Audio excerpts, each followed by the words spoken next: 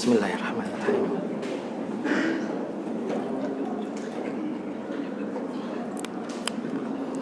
Bismillah.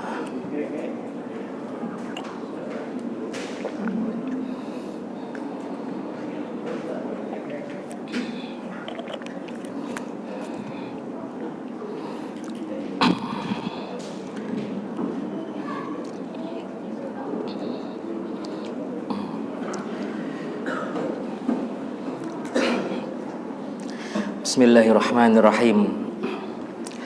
Uhayyikum bitahiyyatil Islam. Assalamualaikum warahmatullahi wabarakatuh. Innal hamdalillah nahmaduhu wa nasta'inuhu wa nastaghfiruh wa natubu ilaihi wa na'udzu billahi min syururi anfusina wa min sayyiati a'malina. Man yahdillahu fala mudilla lahu wa may yudlil fala hadiya lahu. Asyhadu an la ilaha illallah wahdahu la syarika lah wa asyhadu anna Muhammadan abdullahi wa rasuluh alladzi ballagha ar-risalah wa addal amanah wa nasahal ummah wa jahada fillahi haqqa jihadih lailuha kanahariha la yazighu anha illa halik. Allahumma salli wa sallim wa barik ala nabina Muhammadin wa ala alihi wa ashabihi ajmain, amma ba'd. Yaqul al-haqqu tabaraka wa ta'ala fi kitabih. Allah subhanahu wa ta'ala menyampaikan pesannya dalam surat Ali Imran. A'udzu billahi minasyaitonir rajim. Ya ayyuhalladzina amanu taqullaha haqqa tuqatih wa la tamutunna illa wa antum muslimun. Hadirin jamaah salat maghrib dan isya rahimani wa rahimakumullah. Melanjutkan kajian pada pekan yang lalu tentang akhlak kedua yang ditulis oleh Syekh Jabir Al-Jazairi. Beliau menulis kitab Minhaj Al-Muslim, kemudian diterjemahkan dengan Ensiklopedi Muslim atau Cara Pandang Muslim, dan memasuki akhlak yang kedua. Hadirin rahimani wa rahimakumullah, kami akan memulai dengan satu kisah. Kisah ini penting untuk kita teladani karena memang Allah sendiri yang menyatakan bahwa salah satu di antara 25 nabi dan rasul yang disebutkan oleh Allah memiliki kehebatan dalam sabar adalah Nabiullah Ayub. Dan kisah ini sudah sering diulang baik oleh para asatid, para ustadz, para kiai, habaib, guru-guru kita seluruhnya. Namun alangkah baiknya hadirin rahimani wa rahimakumullah kita mengkaji dan mentadabburi kisah ini, karena memang tema utama saat ini adalah akhlak yang bernama sabar. Kita mulai hadirin rahimani wa rahimakumullah dengan surat An-Nisa. Yang membawa Al-Quran atau membawa handphone yang di dalamnya ada Al-Quran dipersilahkan. Kita mulai dengan An-Nisa ayat 163.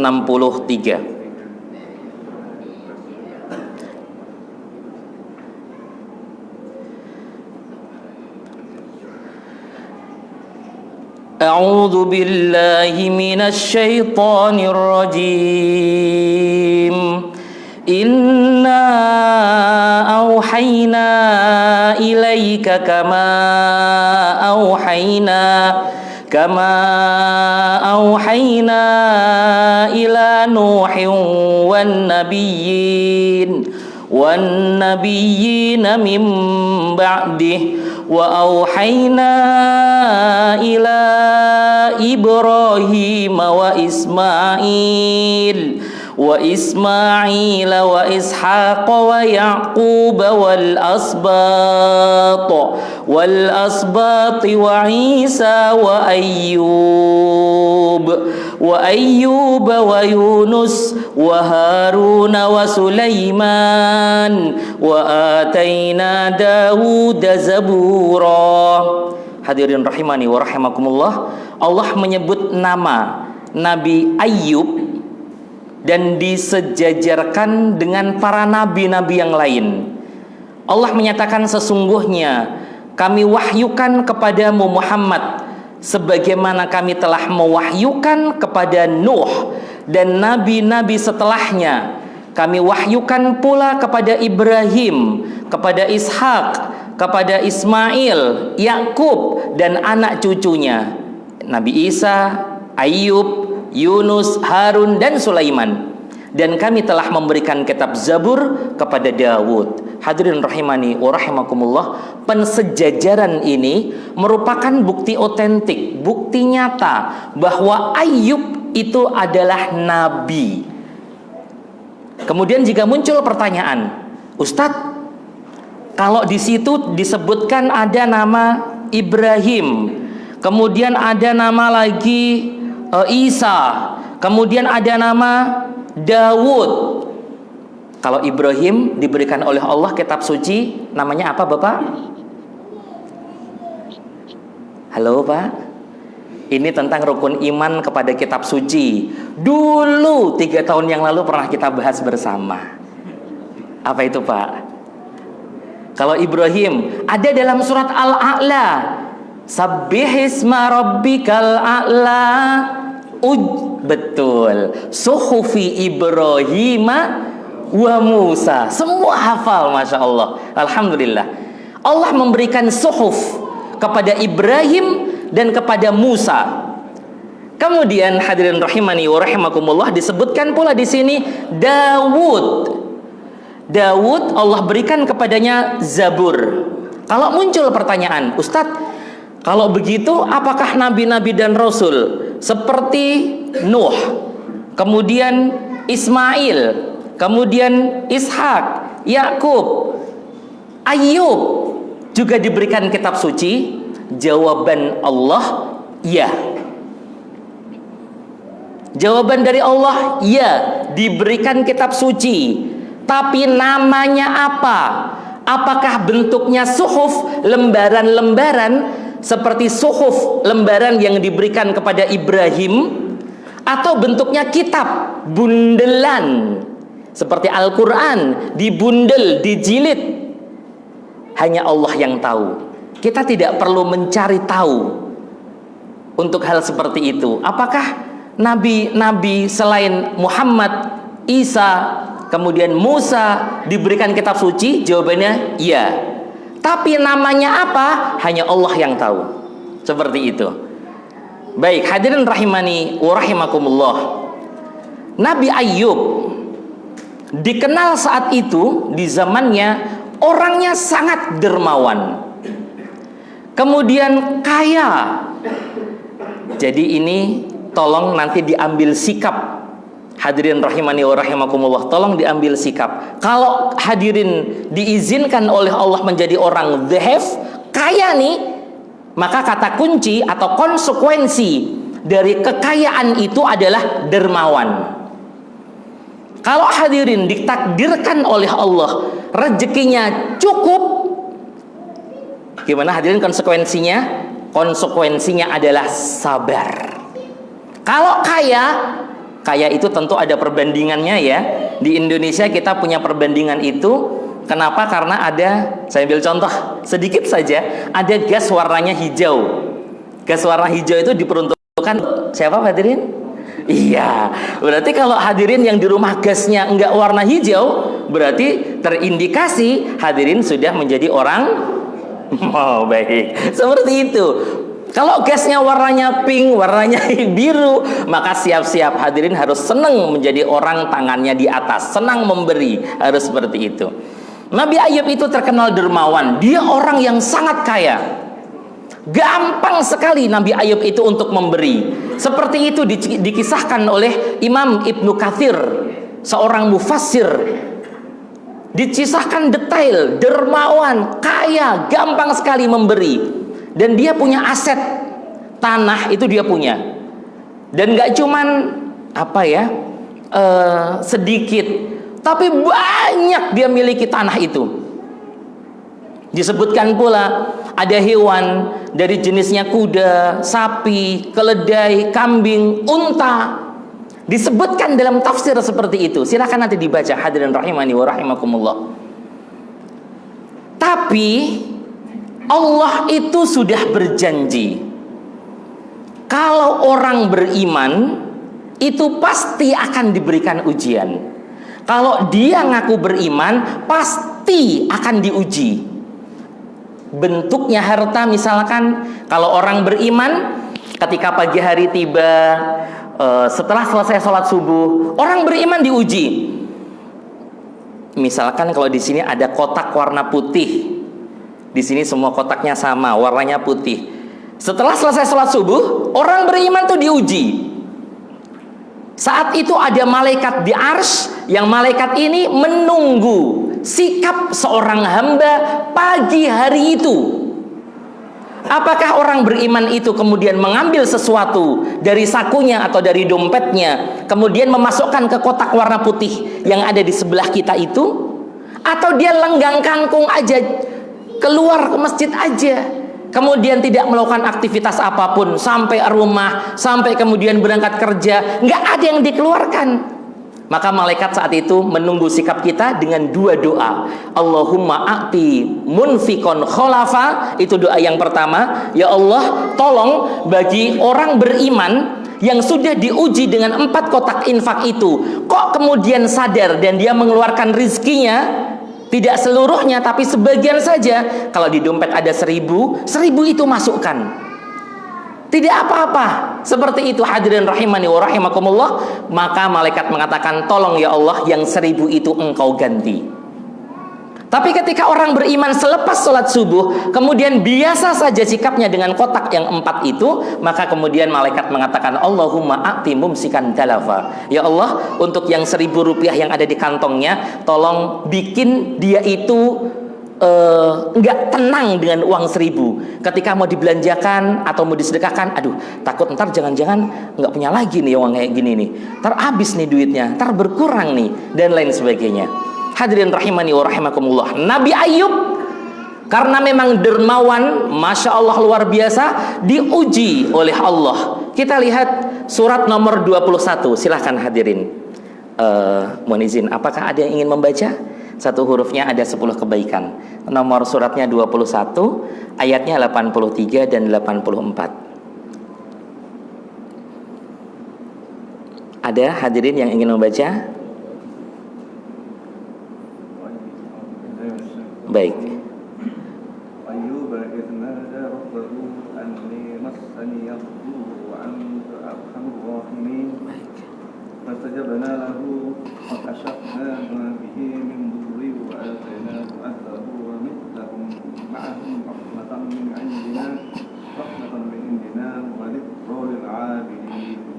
Baik, jazakumullah khairan Bapak, terima kasih. Wa ayyuba idnada rabbahu anni massaniyad-dur, masya Allah. Dan ingatlah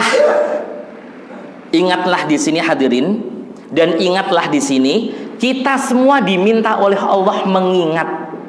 Ini yang meminta bukan Rasulullah, tapi yang meminta adalah Allah. Wahai jamaah Masjid Darul Huda, tolong diingat nih, ada kisah yang luar biasa hebat di zaman sebelum Rasulmu datang. Kisah itu adalah kisah Ayub. Ketika dia berdoa kepada Tuhannya, ya Rabb, sungguh aku telah ditimpa penyakit, padahal Engkau Tuhan yang maha penyayang dari semua yang maha sayang. Maka kami kabulkan doanya, lalu kami lenyapkan penyakit yang ada padanya, dan kami kembalikan keluarga kepadanya, dan kami lipat gandakan jumlah itu sebagai suatu rahmat dari kami dan untuk menjadi peringatan bagi semua orang yang menyembah Allah. Hadirin rahimani wa rahimakumullah. Allah mengatakan, dan ingatlah. Wahai hadirin, tolong diingat-ingat, tolong direnungkan kisah Ayub ini. Kemudian ditutup oleh Allah wa dzikra lil abidin. Kenapa kita diminta oleh Allah mengingat-ingat kisah ini? Karena kita diharapkan mampu menjadikan teladan Nabiullah Ayyub dalam kehidupan kita semua. Wa dzikra lil abidin. Pointernya apa saja? Hadirin rahimani wa rahimakumullah. Ketika Nabi Allah Ayyub diuji dengan satu penyakit, disebutkan penyakitnya kusta. Tapi oleh ahli tafsir lain mengatakan penyakit kusta yang menyebut judam, yang menyebutkan judam atau kusta itu adalah kisah Israiliyah. Itu nggak nyata. Nabi Ayyub itu bukan sakit kusta, kata ahli tafsir yang pertama. Ahli tafsir berikutnya mengatakan enggak, penyakitnya Nabi Ayyub itu kusta. Maka sikap kita seluruhnya adalah tidak mengambil pusing dengan kedua tadi. Kita cukup mengatakan Nabi Ayyub Allah uji dengan penyakit yang dahsyat. Seperti itu. Penyakit kronis, boleh disebutkan begitu. Kenapa seperti itu? Karena yang sehat atau yang tidak terjangkit oleh bakteri itu hanya lisan, daerah mulut, bibir, gigi, dan hatinya saja. Berarti telinganya ada penyakitnya, rambutnya ada penyakit, wajah ada penyakit, tangan berpenyakit. Kemudian ahli tafsir yang tadi mengatakan kusta, seperti itulah penyakit kusta. Infeksi bakteri kronis yang menyerang seluruh tubuh. Maka disebutkan, ditafsirkan penyakitnya judam, kusta. Ahli tafsir yang lain mengatakan, aku nggak mau tahu penyakitnya Nabi Ayyub itu apa, yang penting ngeri banget. Seperti itu. Hadirin rahimani wa rahimakumullah. Penyakit yang sedemikian rupa menyerang Nabiullah Ayyub. Pertama, keluarganya masih santai. Karena memang penyakitnya enggak ujuk-ujuk, tapi pelan. Mungkin pertama yang terserang mungkin tangan, sedang tubuh yang lain masih normal. Kemudian penyakit itu menjalar semakin banyak, menghabiskan wajah, rambut, anggota tubuh yang lain, hingga anak-anaknya menjauh, hewan ternaknya habis, karena memang tidak lagi bisa mengurus hal itu. Kemudian disebutkan juga dalam Ibnu Katsir, setelah selesai penyakit yang luar biasa itu, masyarakat pun akhirnya menjauh dari Nabiullah Ayyub. Untuk menghindari hal-hal yang negatif, Nabiullah Ayyub akhirnya mundur. Ya udah deh wahai kaumku, kamu tetaplah di rumah-rumahmu. Biar kamu, dalam tanda kutip, mohon izin, biar kamu enggak ketularan. Bahasanya mungkin seperti itu. Karena memang penyakit ini, judam, itu menular. Biar kamu enggak ketularan, kamu jangan pergi deh. Kamu tetaplah di rumah. Biarkan aku yang keluar dari rumahku ini bersama istriku. Hadirin rahimani wa rahimakumullah. Nabi Ayyub saat itu masih meminta kepada istrinya untuk membersamai di tempat asing, jauh dari keramaian. Dan istrinya Nabi Ayyub, alhamdulillah atas izin Allah, membersamai Nabiullah Ayyub. Singkat cerita hadirin rahimani wa rahimakumullah, ketika penyakit tidak kunjung sembuh, ketika penyakit semakin hari semakin kronis, disebutkan dalam tafsirnya, Nabiullah Ayyub itu tidak ada begini-begini hadirin. Apa namanya? Kulit-kulit yang ada dagingnya itu udah nggak ada semua. Tinggal kulit yang membungkus tulang seluruhnya. Silahkan dibayangkan hadirin rahimani wa rahimakumullah. Penyakit apa itu? Kemudian sudah habis seluruhnya. Nggak ada lagi daging yang membalut tulang, itu nggak ada. Tinggal tulang dan kulit. Silahkan dibayangkan seperti apa itu Nabiullah Ayyub.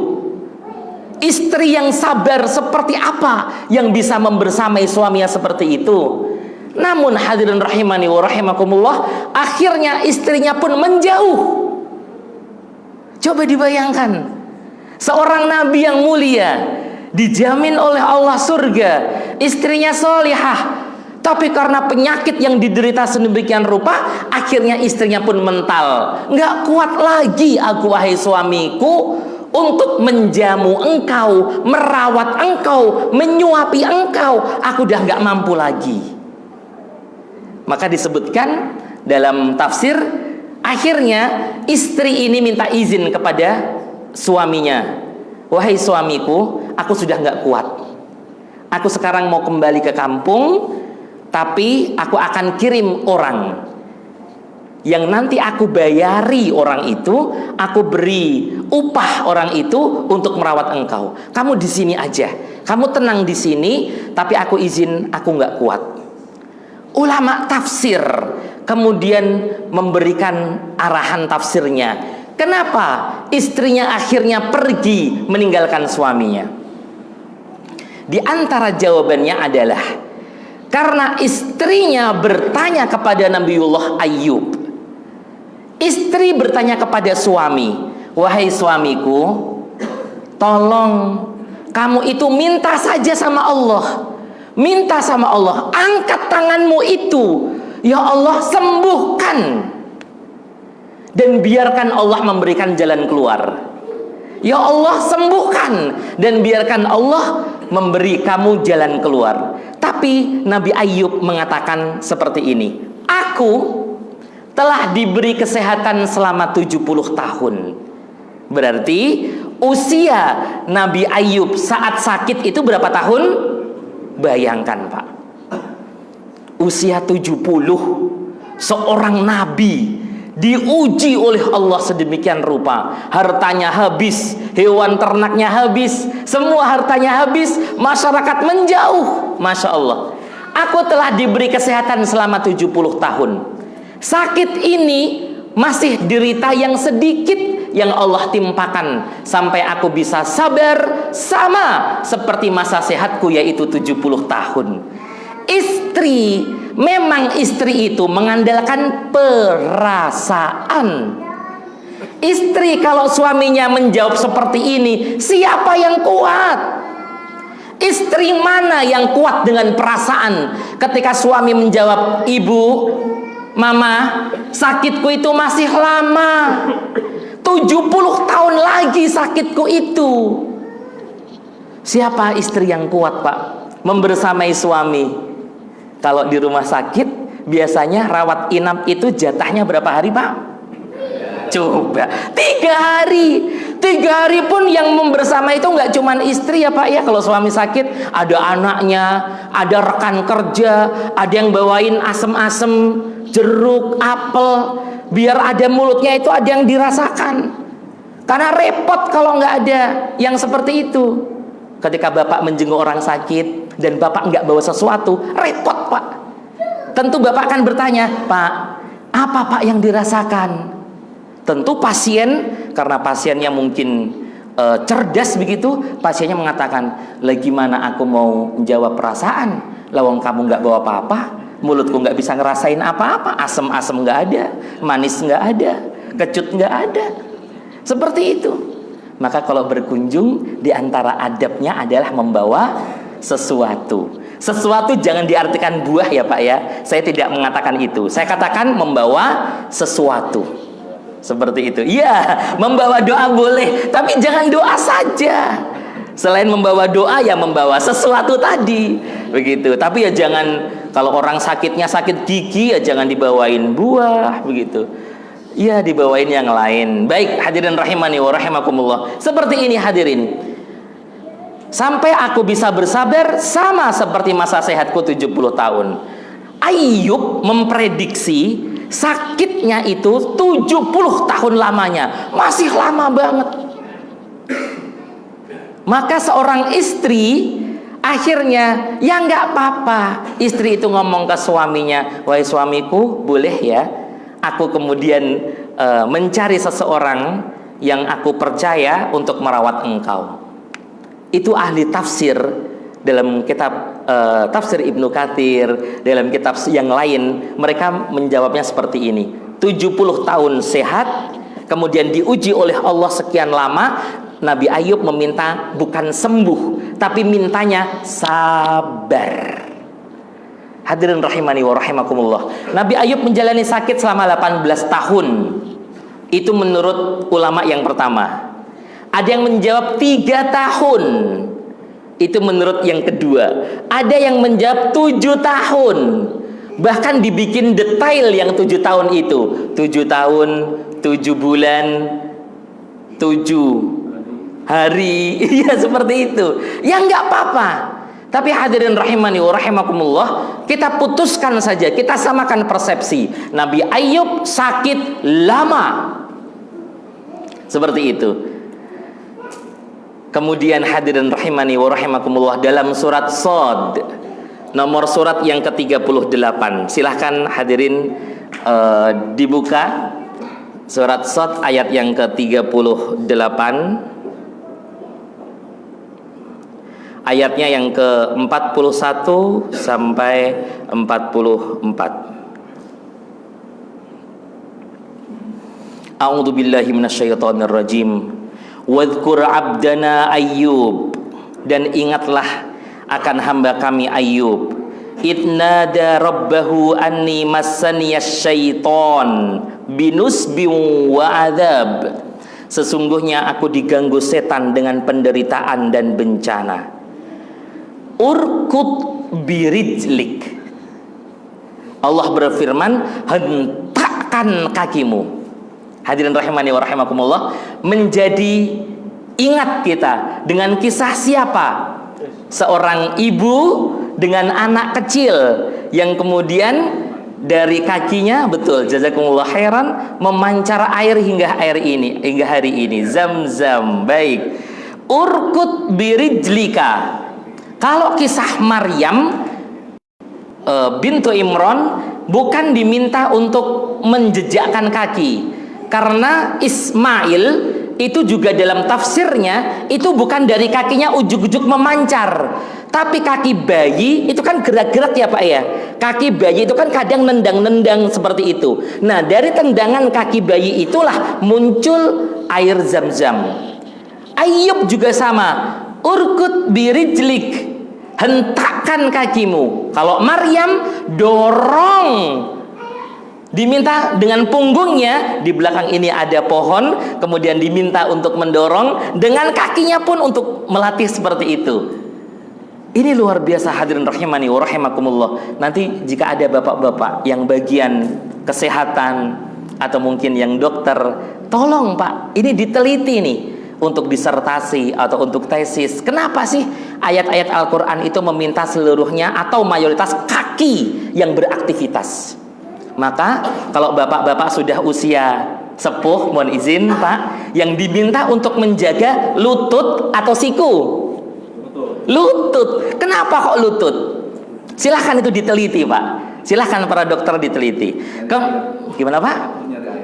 Wah, untuk nyari air, masya Allah. Baik. Kemudian hadza mughtasalun baridun wa syarab. Kemudian disebutkan inilah air yang sejuk untuk mandi dan untuk minum. Ayub menghentakkan kaki ke bumi seperti itu. Yang pertama muncul mata air. Mata air oleh ahli tafsir kemudian digunakan Ayub untuk mencuci wajah, tangan, badan, kaki, otomatis sembuh dengan air. Hadirin rahimani wa rahimakumullah. Kemudian hentakan kaki berikutnya muncul di sampingnya air yang digunakan Nabiullah Ayub untuk minum. Jadi ada berapa mata air? 2. Satu untuk membersihkan seluruh kotoran, penyakit-penyakit di tubuhnya. Satu lagi untuk Nabiullah Ayub minum. Berikutnya, wa wahabna lahu ahlahu wa mithlahum ma'ahum rahmatan minna wa dzikra liulil albab. Kemudian Allah mengatakan, dan kami anugerahkan kepada Ayub setelah itu keluarganya kembali lagi istrinya, anak-anaknya kembali lagi. Kami lipat gandakan jumlah mereka. Disebutkan Nabiullah Ayub itu oleh ahli tafsir, ini semuanya dari tafsir ya Pak ya, bukan kisah dari saya. Nabiullah Ayub disebutkan memiliki putra dan putri 26.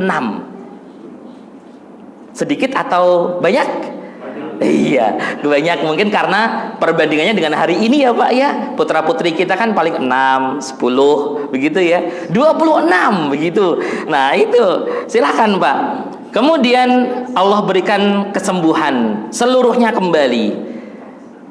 Meninggalkan kesan mendalam bagi kita seluruhnya. Dan memang perintah Allah untuk tadabbur dari seluruh kisah-kisah para nabi dan rasul. Yang pertama, kesan kita ketika membaca Nabiullah Ayub. Diriwayatkan oleh Abdullah ibnu Mas'ud, Rasulullah sallallahu alaihi wasallam bersabda, "Ma min muslim yusibuhu adza min maradin fama siwah illa hattallahu bihi sayyi'atih kama tahuttu syajaratu waraqaha." Masya Allah. Setiap muslim yang terkena musibah penyakit atau yang lainnya, itu contohnya Pak, Bapak keluar pintu, mohon izin, pintu ini kan tidak dibuka lebar begitu ya Pak ya, tapi muat untuk satu orang. Qadarullah Bapak kesenggol daun pintu, jeder seperti itu. Kemudian Bapak merasa sakit. Sakitnya Bapak seperti ini, itu Allah hapuskan kesalahan Bapak. Coba Bapak kemudian misalkan sedang nyervis keran, karena keran mungkin airnya kurang baik, kemudian Bapak buka kerannya, qadarullah terluka tangannya. Luka ini yang kemudian diberi betadin atau yang lainnya, oleh Allah diberikan pahala. Apa pahalanya? Dihapuskan kesalahannya. Bapak ketika misalkan naik motor akan berangkat ke masjid, qadarullah, Bapak pernah Pak kaki kanan Bapak kesentuh knalpot? Nah, yang seperti itu sabar. Memang setelah itu ada airnya, membekas hitam karena mungkin tidak diobati, yang penting sembuh sendiri. Yaitu ada pahalanya. Apa pahalanya? Dihapuskan kesalahannya. Ayub, Masya Allah. Kalau memang sakitnya 18 tahun atau 7 tahun, berarti Masya Allah, dalam kurun waktu itu dihapuskan dosa. Padahal Ayub tidak melakukan kesalahan apapun. Coba, hadirin rahimani wa rahimakumullah, nikmatnya dalam kondisi sakit, tapi buat orang beriman. Kalau yang nggak beriman, nggak seperti ini konsep dan akhlaknya. Tapi kalau akhlak orang beriman, sakit, kepleset, kejedot, jatuh, seluruhnya mendapatkan pahala, mendapatkan kebaikan. Hadirin rahimani wa rahimakumullah. Yang kedua, bahwa sakitnya kita tetap mengharuskan untuk zikir. Mana buktinya? Nabiullah Ayub yang tidak terjangkit penyakit itu dua, lisan dan hati. Ketika hati masih nyambung sama Allah, lisan kemudian mengucapkan la ilaha illallah, zikir. Kalau Bapak ingin memiliki tanaman di surga, pengen di rumahnya Bapak nanti di surga, pengen ada pohon-pohonnya, zikirnya subhanallah wa bihamdih, subhanallahil azim. Maka akan Allah buatkan satu tanaman di surga. Ada lagi yang mengatakan subhanallah walhamdulillah la ilaha illallah Allahu akbar. Silahkan nanti dicari hadis-hadisnya. Apa yang membuat aku punya rumah di surga? Ada 5 kira-kira. Silahkan cari itu.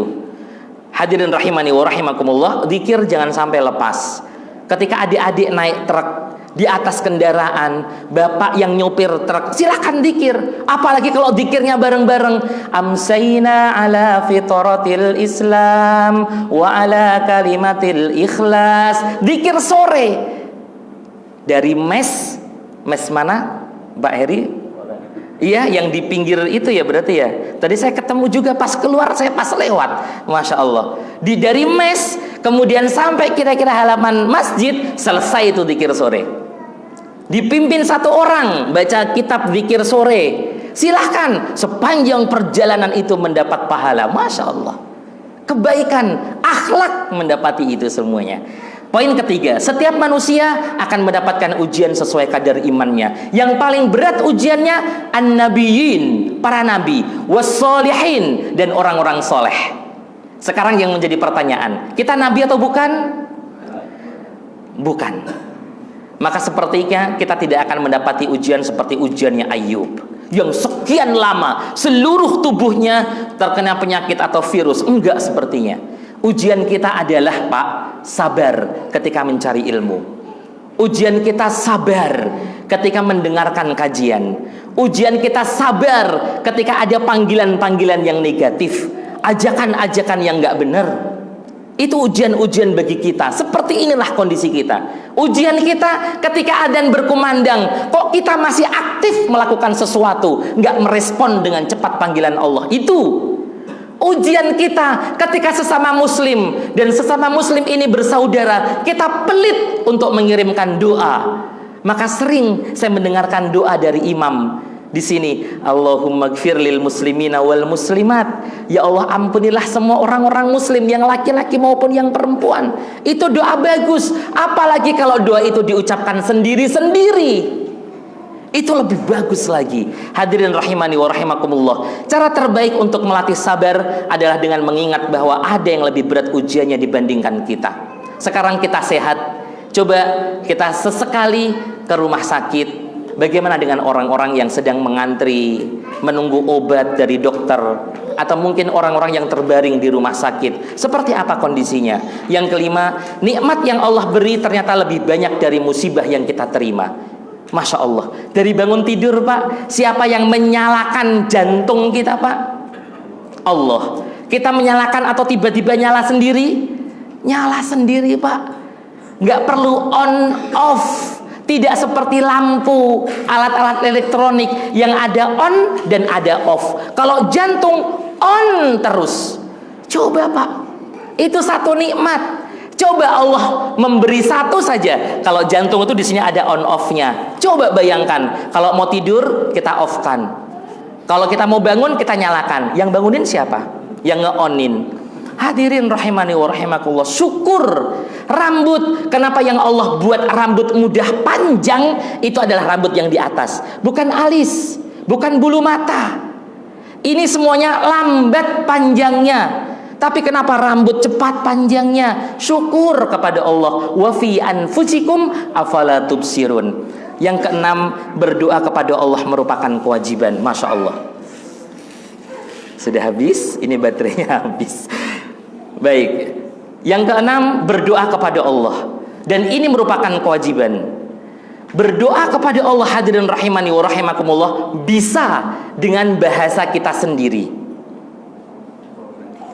bisa dengan bantuan ayat-ayat Allah yang ada di dalam Al-Quran, bisa dengan bantuan dari hadis Rasulullah Sallallahu Alaihi Wasallam. Sekarang tergantung hadirin. Kita diwajibkan untuk berdoa, maka tolong jangan pernah membatasi waktu untuk berdoa. Jangan pernah membatasi tempat untuk beristighfar. Karena tidak ada yang tahu di mana kita ngangkat tangan kemudian Allah mengabulkan doa kita, di mana kita mengangkat tangan kemudian Allah menghapus dosa-dosa kita. Tidak ada yang tahu. Maka ketika selesai adzan, kemudian menunggu iqamat, setelah hadirin mungkin ada yang sholat 2 rakaat, silahkan setelah itu angkat tangannya kemudian minta sama Allah. Ketika akan keluar masjid, doa. Ketika akan masuk masjid, doa. Selesai berwudu, doa. Masuk rumah, doa. Assalamualaikum. Keluar rumah pun doa. Bismillahi tawakkaltu ala Allah wala haula wala quwata illa billah. Jazakumullah khairan. Saya mohon maaf atas semua kekurangan. Kita tutup bersama dengan doa kafaratul majlis. Subhanakallahumma wa bihamdika asyhadu an la ilaha illa anta astaghfiruka wa atubu ilaik. Kurang lebihnya saya mohon maaf. Assalamualaikum warahmatullahi wabarakatuh.